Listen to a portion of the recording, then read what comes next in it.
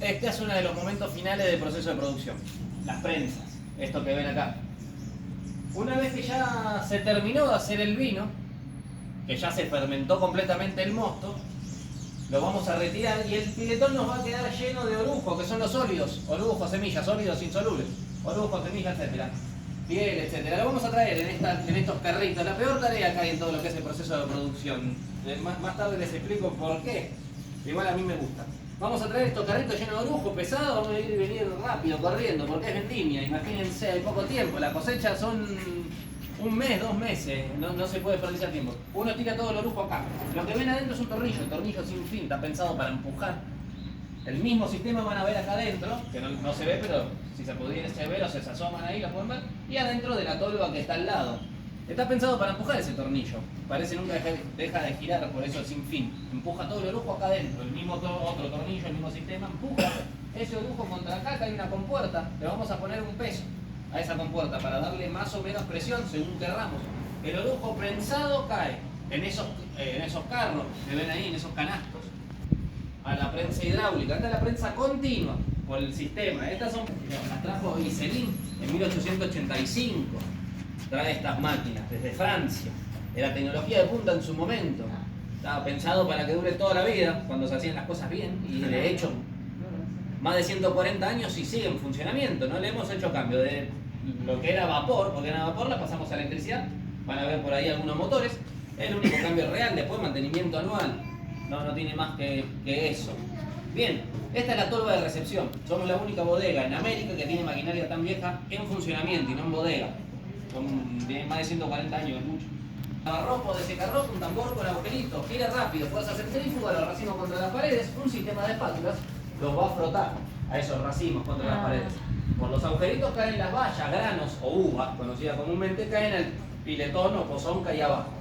El palillo va a salir por acá y va a caer en este otro pocito donde la cinta esa lo va a juntar.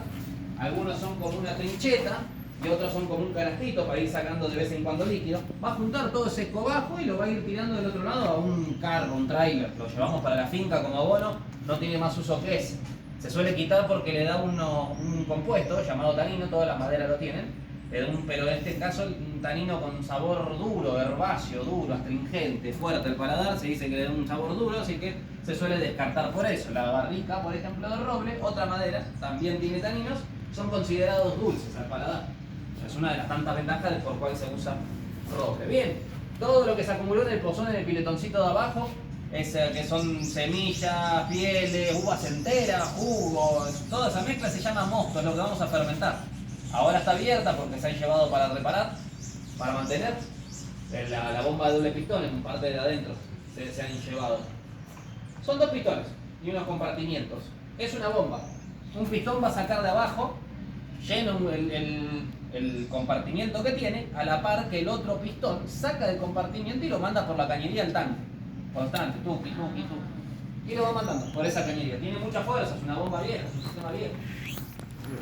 Apalea un poco el día para hacer otros cuidados y se necesitan otros cuidados para hacer el trabajo. Esta parte de esa máquina es la evolución de la tolva de recepción. Tiene una cinta, ya empiezan a aparecer esto, es de goma. Empiezan a aparecer otros materiales que cuidan más a la uva para cuidar más esos detallitos, como son aromas, sabor, etc. Tolva de recepción, cinta de selección. Va a graduar en estas estantes, en esos pisos que tiene, va a graduar la cantidad de racimos que van a entrar a la despalilladora para cuidar un poco más, que no se masten. Vive 100 años esas plantas, la vitis vinífera, dependiendo la variedad, o sea, la cepa, dependiendo el clima, el cuidado, etcétera, pero puede vivir más o menos de 100 años. Pero ronda esas fechas, esos años. Esta disposición que ven de plantación es un formato que se llama de espaldero. Es el más utilizado en Argentina y uno de los más comunes en el mundo, y algunos otros comunes en el mundo son de plantas enanas, son los más comunes hoy en día. ¿Por qué? Entran muchas plantas por metro cuadrado, no se molestan entre sí, están puestas en fila a cierta distancia, la mínima para no desaprovechar tierra cultivable y para que no se hagan sombra entre sí. Normalmente la disposición es para que de norte a sur, para que el sol salga por el este, le dé mediodía a un lado y cuando caiga por el otro le dé mediodía del otro. Intentan aprovechar todo lo que se puede la exposición a la luz. Más exposición a la luz, lógicamente, más fotosíntesis, más compuestos va a tener esa fruta cuando llegue a hacerla. La tela que ven es el antigranizo, acá se usa mucho, casi todas las plantaciones lo tienen porque acá en plena cosecha, verano, es época de lluvia y de granizo, o sea, pero se siguen usando los parrales, en Argentina hay mucho parral. Pero se usa más que nada para vino en volumen, ya no se toma tanto vino, antes la gente era más feliz. Ahora vamos a ver el porqué cuando entremos allá adentro, o cómo nosotros nos adaptamos a eso. Vamos a ir ahora a la parte de la historia. Eso que ven ahí atrás es la casona de la familia Iselín, de Rodolfo Iselín y su familia. Él vino desde Francia, con su esposa Matilde y con su hija Juanita, Janet, Juanita en francés. Vinieron acá en 1883 en busca de un negocio donde invertir sus inmensas fortunas. Ellos dos tenían inmensas fortunas. Y buscaron negocios. Escucharon que acá se daba bien, más que nada Iselín escuchó que acá se daba bien la uva para hacer vino, eso le interesó. Pero se dedicaron a muchas cosas, alfalfa, frutales de todo tipo, duraznos, ciruelas, etcétera, árboles para tala, para leña, etcétera. Se dedicó a muchas cosas. Lo que más le interesaba, y por lo que vino, fue por la uva. Vinieron acá en pleno desierto. Esto era un desierto todo descampado, compró 900 hectáreas, es todo San Rafael y parte de los alrededores, una barbaridad. En pleno desierto, Mendoza es una zona árida, desértica o semidesértica, se convirtieron en oasis, de San Rafael es el oasis sur, por los diques, las represas se convirtieron en oasis. Pero era un desierto esto, y no había prácticamente gente viviendo. La Villa 25 de Mayo, no sé si habrán escuchado o habrán pasado, sí. Está acá cerquita, es así, queda como herencia de lo que fue el fuerte fundado por el virrey Rafael de Sobremonte en la colonia española. Imagínense, desde entonces era hasta donde llegaba la tierra conocida de los españoles. Después ahí se radicaron las autoridades del Estado después de la independencia, tiempo después. Era lo único poblado, entre comillas, en la zona, muy chiquito, poca gente, hasta el día de hoy, muy colonial, muy chiquito, ha crecido bastante, pero siguen siendo unas pocas manzanas. Era lo único poblado en la zona. Él vino acá, empezó a construir. En el 83 llega, construye, inaugura ese mismo año la bodega, le pone el nombre La Juanita, en honor a su hija. Un año después, ya ven las caras de prioridad del señor, termina con la casona. Una gran galería en 1884. Una gran galería, 12 habitaciones, una torre, 18 metros. Desde temprano estaba sonriente y con una escopeta controlando sus cultivos. Todo el San Rafael eran sus cultivos, era su patio trasero, imagínense. Bien. En el 85 trajo las máquinas, las que les mostré recién. Estaba listo para hacer vino y no tuvo suerte, con la cosecha, clima, etc. No tuvo suerte hasta 1888, bastante tiempo después. Ahí sí tuvo suerte, pero se encontró con un inconveniente, otro más, que era el medio de transporte. Barricas con vino cargadas en carretas, tiradas a caballo, tardaba meses en llegar, meses donde había movimiento, lluvia, sol, cambio de clima, el vino llegaba totalmente deteriorado, no servía. Lo más rápido de la época, el tren. ¿Qué necesitaba el gobierno para justificar el enviarle el tren? Aprobárselo, 16.000, 17.000 habitantes. Tuvo que empezar un plan urbanizatorio, un negocio inmobiliario. Convocó ingenieros desde Francia para que lo ayuden con todo este plan de urbanización, porque esto iba a ser una ciudad que en muy poco tiempo iba a explotar con la llegada del tren. Esto iba a crecer, había que armar una infraestructura de eso, tuvo que construir hospitales, iglesias, municipios, escuelas, toda la red de acequias, canales, la vía de trenes, etcétera, etcétera, etcétera. Tuvo que armar una ciudad, se trajo ingenieros desde allá. Bien, esto creció muy rápido, en un principio de boca en boca, migrante francés, de boca en boca, muchos migrantes franceses, que hay trabajo, que es esto, que hay oportunidad, vamos para allá. Después esto se desmadró, empezó a venir gente de todos lados porque esto iba creciendo muy rápido, había mucha plata también para acelerar todo eso. De colonia francesa se pasó a llamar San Rafael, en honor al virrey y al fuerte. Iselín le pone ese nombre después de conseguir que las autoridades del Estado, que hacía años y estaban panchas en Villa 25 de Mayo, las convenció, le construyó los edificios, le donó los terrenos, los convenció, pasó un tiempo, se radicaron acá. Esto pasó a ser la ciudad de cabecera, por eso la refunda como San Rafael. Ya para 1903, San Rafael, ciudad de cabecera en la zona, contaba con más de 20.000 habitantes, 16.000, 17.000 como mínimo, tenía mucho más. Más de 20.000 habitantes, era mucho para la época y era una gran ciudad. Cosas buenas vienen con el crecimiento exponencial de una ciudad, de la población. Cosas malas también, por más de que intentó prever todo en lo que fue la infraestructura, etcétera. Las pestes, por ejemplo, no se puede hacer nada. Fiebre tifoidea, una de las tantas que hubo, afecta a Juanita, su hija. Es una enfermedad que se contagia a través del agua. Juanita muere de esta fiebre, golpe durísimo para Iselín. Muere un año después de la llegada del tren, 1904. Le cambia el nombre a la bodega, para el poco tiempo de la Juanita le pone La Abeja, nombre que tenemos hoy en día. Hasta el día de hoy, cuando vienen los camiones con uva, se llena de abejas esto. Antes tanto como para meditar el nombre de una bodega, hoy en día es algo normal, como mucha industria que trabaja con fruta, a veces llega a ser engorrosa a comparación de otras bodegas. Le pone el nombre nuevo, ahora se llama La Abeja, pasa el tiempo, no supera este dolor, vende la bodega y el terreno y se vuelve a Francia con Matilde, su esposa, y con Roberto, su hijo menor, ya nacido acá. Mientras William, su hijo del medio, también nacido acá, decide quedarse a gestionar los negocios de papá. Se la despilfarró toda. Al poco tiempo de llegado a Francia, Matilde e Iselín se divorcian. Rápidamente Iselín conoce a otra mujer, se casa y tiene 2 hijos, bastante rápido.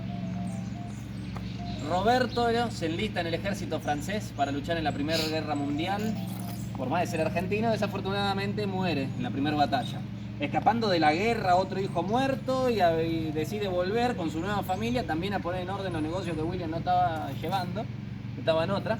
Vuelve a su ciudad, la que él fundó, la que él creó. No lo reciben bien. Muy conservadora la sociedad, 1900 estaba divorciado, primer humano en la historia, casi pegada en el palo. Divorciado, muy rápidamente se había vuelto a casar con una mujer 20 años más joven que él. Ya le había dado 2 hijos y encima la conoció en un burdel. Voy a corriste cancelado. Le comieron el cuero como nunca. No le importó, un verdadero hombre, lo que piensen de su mujer, y se quedó en su ciudad. Al tiempo escucha el rumor entre sus trabajadores que su nueva esposa le es infiel, y sí, descubre que es verdad y que lo es con su hijo William. Se fue a Francia para nunca más volver. Por mucho tiempo no se supo nada de él, hasta que un escribano sanrafaelino de paseo por Francia casualmente se lo encontró, lo siguió, según dijo, no se animó a interactuar, vino con el rumor, 40 años, se creyó este rumor de que Iselín había terminado en la ruina total, la ruina absoluta, vendiendo flores en la ribera del río Sena para sobrevivir en unas condiciones deplorables. Esto en parte era verdad, sí lo habían visto así, pero no era por pobreza, era por depresión. 40 años después, un abogado francés vino acá, a San Rafael, en busca de herederos. No encontró. Él había dejado, no toda, gran parte de su fortuna en un fideicomiso, en un banco en Francia, para sus últimos 2 hijos que habían nacido con problemas de salud. Entonces dejó esa fortuna para que no se preocupen en su vida. Pero fallecieron muy jóvenes, ni siquiera llegaron a una edad madura como para tener descendencia. Juanita por la fiebre tifoidea en la adolescencia, Roberto en la guerra, William vivió y hasta los 64 años vivió, pero era estéril porque se enfermó de sífilis. En la Primera Guerra Mundial recién se descubría la penicilina, que es con lo que se trata. Si esa enfermedad no se atiende a tiempo o tempranamente, genera esterilidad crónica. No tuvo herederos, no encontró herederos por parte del linaje de Iselín, esta abogada, así que el gobierno francés, con sonrisa de oreja a oreja, se quedó con gran parte de la fortuna de los Iselín. Bien. ¿Qué había pasado con la bodega? Él en 1910 la había vendido. Después de que no superaba la muerte de su hija, le cambia el nombre, decide vender, se vuelve a Francia, ¿se acuerdan? Bueno, se lo vende un rosarino de apellido Schlipper, descendiente de alemanes. No le va a dar tanta importancia a la bodega, la iba a expandir un poco, iba a hacer reformas, pero era un segundo negocio para él. Iba a montar el primer frigorífico de San Rafael, en el galpón que está ahí atrás. Y primero en la zona, se iba a dedicar a las carnes, las barras de hielo, van a haber moldes adentro y otros artefactos, a las frutas, etc. Se cansa Schlipper de todo esto y casualmente al final de la Segunda Guerra Mundial, 1945, vende todo esto, lo vende a una familia sanrafaelina, la familia Ripa, que son los dueños actuales. Los abuelos del dueño actual son quienes compran todo esto. Ellos sí se dedican a hacer vino, reforman, ponen en valor a la bodega, la expanden y se dedican a hacer vino. Desde 1888 con Iserín, su primer cosecha y vinificación, hasta el 2004 con los Ripa, en esta bodega se hizo vino a volumen, a granel, para terceros. Ponía la etiqueta a otro. Ellos hacían vino y vendían. Del 2004 en adelante la familia Ripa decidió poner, además de vender a granel, poner su propia etiqueta y vender vinos propios. La bodega más antigua de San Rafael y una de las más antiguas de Argentina tiene uno de los vinos más jóvenes en el mercado, recién del 2004. Bien, continuamos.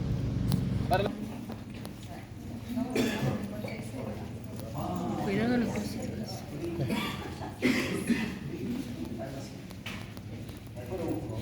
Los pilotones que ven son de hormigón, son de concreto, los construye la familia Ripa ya en la década del 40. Las bodegas medianamente viejas tienen piletones de hormigón de concreto. Hoy en día ya en casi todas las bodegas y muchas industrias se usa el tanque de acero. Nos van a ver un montón de cosas más grandes, de distintas formas. Nosotros tenemos, pero los usamos para otra cosa que en breve les voy a decir para qué y el por qué.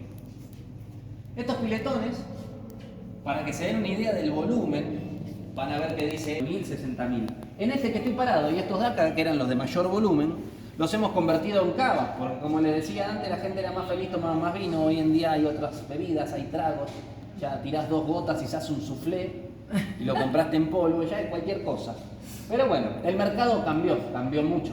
Entonces nosotros ya nos vimos obligados a tener que estos piletones convertirlos en cava y meter barricas. Porque hoy en día ya no se toman tinto genérico. Antes era traerme uva, no me importa qué. Sí. Hago vino, se vende. Hoy en día ya quieren Malbec, Merlot, Cabernet, que blanco, que tinto, que cosechado en la noche, en frío. Hay un montón de cosas. Cambió mucho. Entonces, bueno, un metabolismo secundario, que es la fermentación, la famosa fermentación. No encuentro oxígeno, pero bueno, fermenta, come azúcar, genera energía interna y como subproducto libera alcohol, que sería el etanol, alcohol y gas carbónico, dióxido de carbono, el mismo que va en la soda o en la gaseosa. Libera esas dos cosas. En el 90%, hay un 10% que son distintos alcoholes y otras cosas. Empieza a fermentar la levadura. El enólogo va a ir midiendo la densidad de azúcar, lógicamente. Si todo el azúcar se va a transformar en gas y alcohol principalmente. Así que voy viendo. Ahí lo va controlando.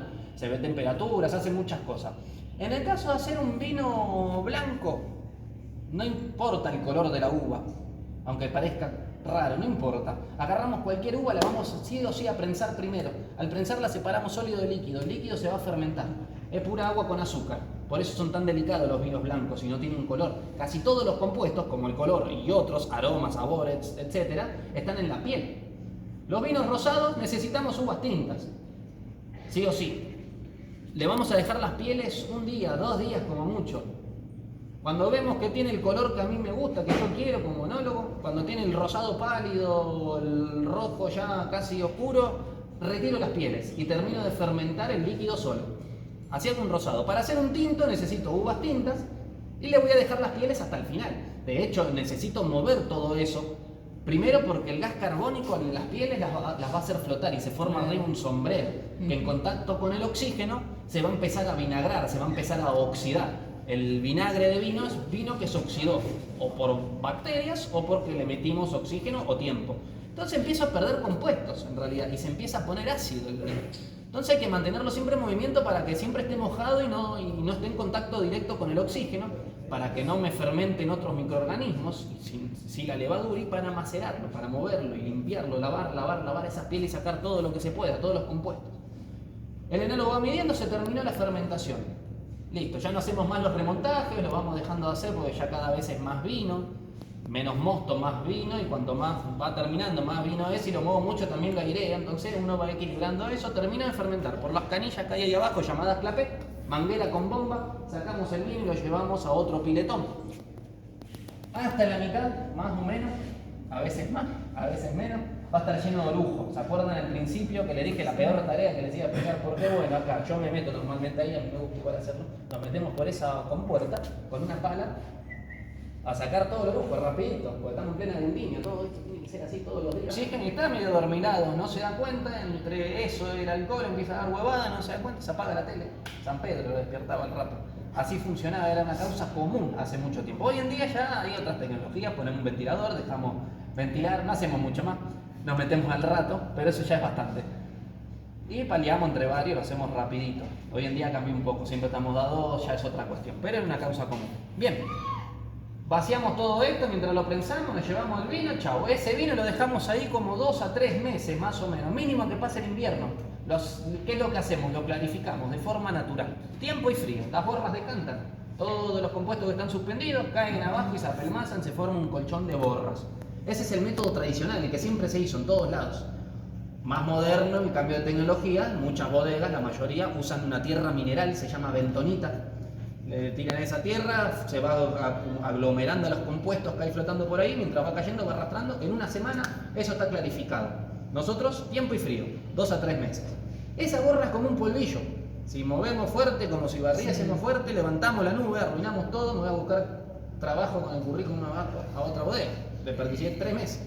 Así que despacito, sin moverlo, vamos a ir sacando el vino desde arriba hasta llegar justo antes de la borra. Perdemos un poco de volumen, sí, pero es mínimo, está contemplado. Es vino que no se puede recuperar. Vaya a ser, se le hace el tratamiento final y está listo. Está teñido. Varietal Malbec de la finca Morgan y el día en donde se terminó de este año. Marzo, el 12 de marzo.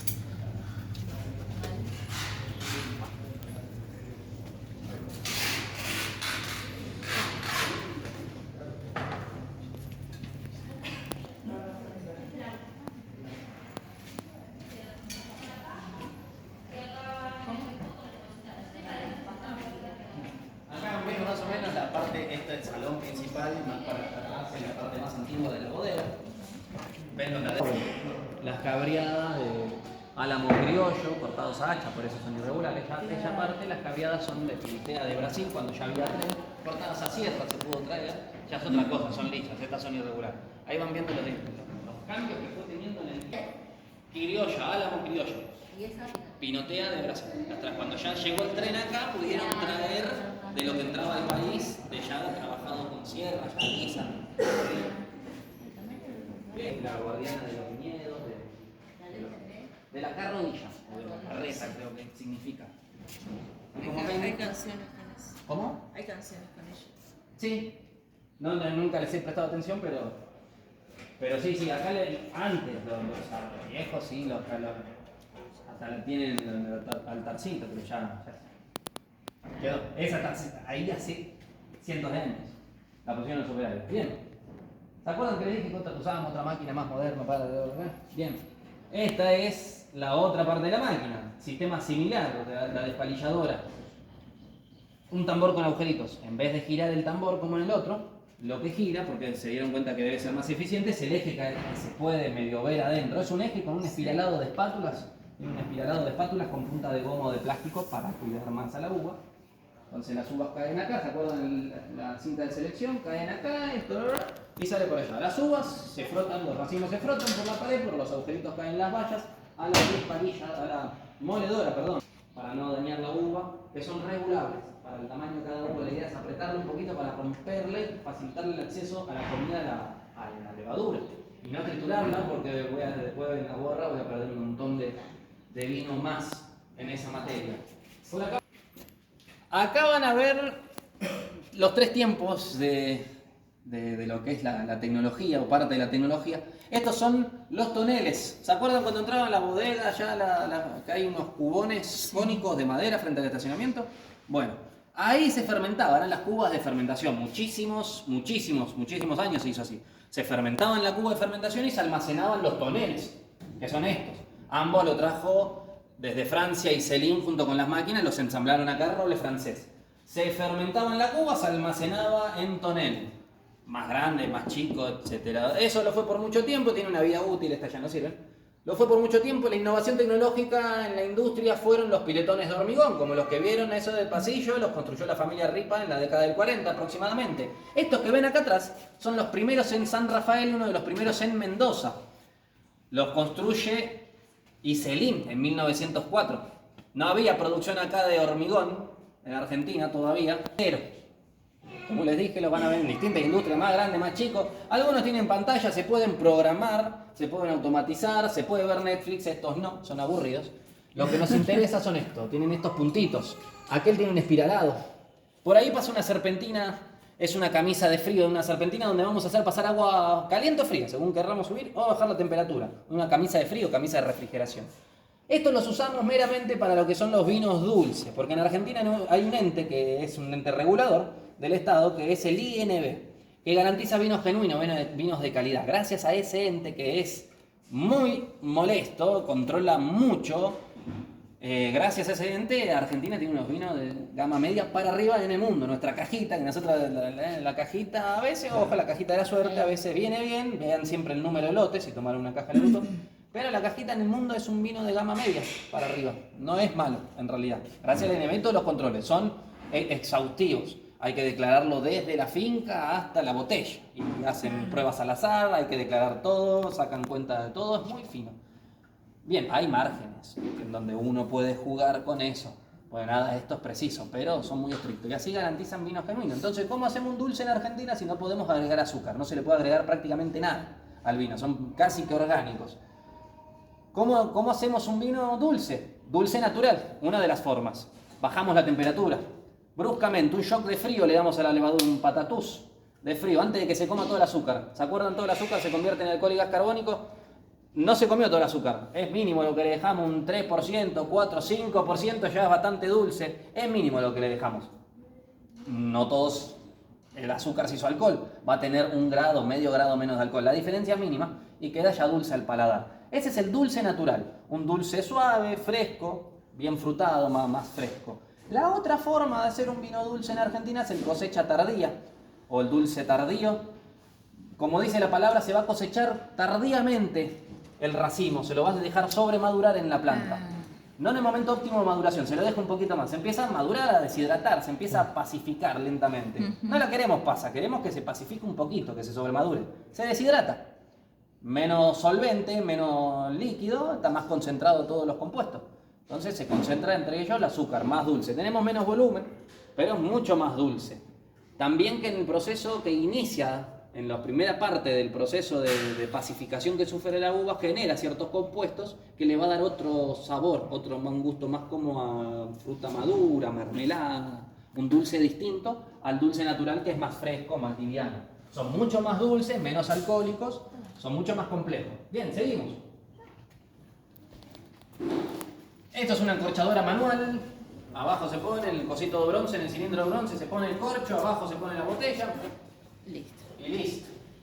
En algunos, en lo que son damajuanas, botellones, seguimos así, somos muy tradicionales, porque la bodega, la lombrita. Muchas cosas en la cabeza. Mucha responsabilidad, mucho tiempo, todo, por ejemplo, que se haga la planta va a repercutir, tiene que ir tanteando todo eso. El laburo del enólogo realmente bastante complejo. Y eso, además, llevar todo el registro, hacer números, declarar el estado, es un laburo. Privada de Iselín, se ha derrumbado por terremotos, deterioros, etc. El Schlipper la tuvo que remodelar un poco, van a ver que hay dos escaleras, hay una está anulada, las ventanas están tapiadas para mejorar, se entraba y se salía por atrás en una época. Cambió, esto por allá atrás salía directo a la casona, fue cambiando. Pero era cava privada de Iselín. Hoy en día nosotros guardamos acá los vinos que van a ser de alta gama. ¿Por qué? Por las condiciones. Todas las cavas bajas en el mundo, o las cavas siempre fueron bajas, porque la tierra funciona como aislante térmico. Entonces nosotros vamos a buscar que acá haya unos 70% de humedad, 70, 80 de humedad y una temperatura estable. Acá hace 16, 20 grados todo el año. Haga calor afuera o frío, hoy afuera está calurosito y acá está fresco, parece que estamos con aire acondicionado. Sí. Todo el año es así. En invierno acá hace calor, acá está cálido. Es natural, porque funciona como aislante térmico la tierra.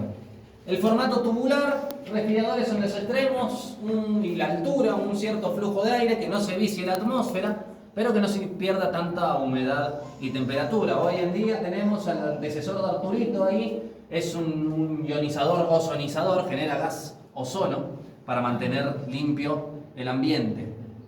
Bien, acá tenemos las barricas, que pueden ser de cualquier madera. Las barricas están compuestas por tablones que se llaman duelas, pueden ser de cualquier madera, así que puedo jugar, o que cada tablón sea una madera distinta. Normalmente se usa roble, porque es la mejor madera de las conocidas hoy en día para lo que es la crianza de vinos. El roble americano, el roble francés son los más comunes, los más utilizados, pero hay roble por todo lado del mundo. Pero los más comunes, por los aromas y los sabores, porque son bastante distintas a las demás, son estos dos. El roble americano nos va a dar vinos fuertes, aromáticos, invasivos, fuertes en boca, cacao amargo, café, tostado, ahumado, cuero, esos sabores. Mientras que el roble francés nos va a dar vino un poco más suaves, aromas y sabores más delicados, más taninos, que lo va a hacer un poco más suave y más potencial de guarda. Y le va a dar aromas y sabores como a frutos secos, caramelo, clavo de olor, etcétera. Uno mete el vino acá, lo prueba. ¿Y esta qué madera, perdón? ¿Esta qué madera? Esta puntualmente American Oak, es roble americano, esta es French Oak, roble francés. Pero Ahí- siempre la gama de los robles, siempre de roble, ¿sabes? No, puede ser ahí cerezo y acacia y se están probando un montón de maderas, pero la Ah. mejorcita es el roble. ¿Por qué el roble? Por los microporos que tiene, por lo robusto que es, por los aromas y sabores, los compuestos que tiene, que en interacción con el vino generan ciertos compuestos, ciertos aromas. Por todo eso y un montón más, el roble es el más utilizado, pero se puede usar cualquier madera. Hay maderas neutras que no tienen ni aroma ni sabor. Hay de distintos tostados.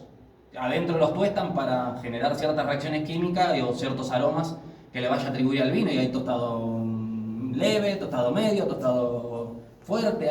Es todo un mundo. Mundo, claro. ¿Y la parte de tostado cómo lo harían? No, agarran la madera cuando hacen las duelas, las tuestan o arman la barrica y después le pegan el tostado. Eso depende cómo lo quieran tostar o qué es lo que vayan a hacer. Pero lo queman, de un lado lo tuestan, lo queman con fuego, con calor. Después a veces arman la barrica y ya te queda. No están pegadas, no están selladas las duelas. Están puestas. Hay que hidratarlas con agua 24, 48 horas antes. Se llenan de agua, la madera se hincha, se sella naturalmente, deja de haber filtración. La vaciamos, la llenamos de vino hasta el tope. ¿Por qué? A partir de ahora la madera, la barrica va a estar hidratada con el mismo vino. Como me gustaría estar a mí, pero a mí me haría mal. Va a estar hidratada con el mismo vino. Por los microporos se va a evaporar vino. Yo tengo que estar pendiente de que el volumen de vino no baje, o que si baja, que pase el menor tiempo posible bajo. Tengo que mantenerlo para asegurarme de que no hay nada de oxígeno.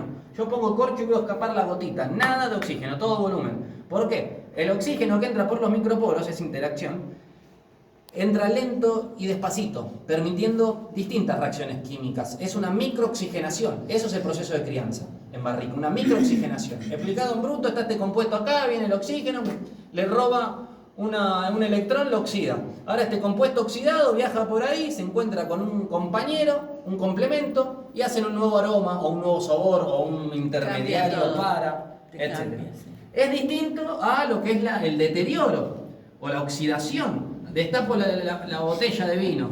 Este compuesto se oxida, si es que no se vuelve a oxidar y se hace inútil, capaz que se oxida y viaja por ahí, cuando busca a sus compañeros se encuentra que el compañero fue neutralizado, ya no reacciona, está oxidado y está todo oxidado. Había tanto oxígeno en bruto que se oxidó todo, no hubo tiempo de más nada, hay tristeza y vinagre, no se formó otra cosa. En el otro caso se forman un montón de compuestos. Yo agarro 2 gotitas, lo pongo en 2 mini barriquitas hechas del mismo cuadradito de madera para disminuir todas las varianzas. Me van a salir vinos distintos, prácticamente iguales, pero van a ser distintos, porque acá adentro es un azar de combinaciones, lo que sea. Yo, enólogo, meto acá, lo dejo 1 año, 2 años, 5 años, distintas barricas, tanto cierto uso, cada uso se va deteriorando un poco más, cada vez eso no tiene sentido. Y si lo vas a dejar tanto tiempo, una barrica de menor tiempo de uso, de mayor tiempo de uso, perdón, una barrica de tercer uso para arriba, ya podés meter un vino ahí y dejarlo mucho tiempo, porque esa madera se lavó. Ya es el tercer té que se hace con ese saquito, ya Claro. no tiñe tanto. Entonces le aporta poco aroma, poco sabor, los microporos son lentos, entonces no se va a oxidar tanto, va a ser lenta la crianza. Lo dejo 5 años Ok. en barrica. Lo saco, lo pruebo, está en bruto, barrica francesa, está en bruto. Lo pruebo y está una vainilla ya que me parte la boca. Está rico, pero pura vainilla. Y tiene buen alcohol, tiene potencial de guarda, aparte el roble francés que tiene tanino, le da tiempo, lo encorcho, crianza en botella. A diferencia de la crianza en barrica, no se forman compuestos nuevos dentro de la botella, sino que alcanza lo que se llama el bouquet, alcanza como el punto máximo. Se termina de refinar. Todos los aromas y sabores pasan a estar como en el mismo umbral de percepción. Lo dejo 5 años, lo destapo, lo pruebo y ahora siento que la vainilla está más suave y está equilibrada con un gusto a garrapiñada o a nuez confitada. ¿Se acuerdan? Caramelo, frutos secos. De repente se No, o sea, encuentran lo con dejas eso. como fermentar fermentar en la botella directamente. No fermenta, se deja quieto en la botella y se estabiliza solo. Con el tiempo se termina como de acomodar. Que se descubre el espumante. O hay distintos métodos. El champán, por ejemplo, necesita el método champenois. Nosotros hacemos el método tradicional, que es parecido. ¿Quién lo descubre? Don Pierre Perignon. ¿Lo habrán escuchado nombrar? O por lo menos el Don Perignon, Sí. el más caro del mundo. Bueno, Don Pierre Perignon era otro monje cristiano, aburrido, francés, aburrido en la abadía, inventando bebidas alcohólicas para entretenerse. Muchos avances científicos hicieron en distintas aristas de la humanidad, de las ciencias, entre ellos también esta industria, la de la borrachera. Don Pierre Perignon estaba investigando, llevaba en su registro, en su diario de registro, porque el método científico lo requiere, llevaba todo el experimento. Él no tenía ni idea de qué hacía, él agarró vino que no había terminado de fermentar, lo metió en botella, lo dejó, explotaban. La levadura, superiores a nosotros, sobrevive aún sin oxígeno, fermenta en la botella, sin oxígeno, el gas reventa. Fue probando grosores de botella hasta que dio con el que se usa hoy en día, no revienta más. Empezó a ver, algunas pocas no hacen espuma, no hacen burbuja y otras sí, la mayoría no hacen burbujas. ¿Qué es esto? Se lo probó, describió, esto es real, está todo descrito, que las burbujas le hicieron ver las estrellas. Tremendo pedo, no fueron burbujas, se agarró haciendo pedo. Así se descubre el espumante.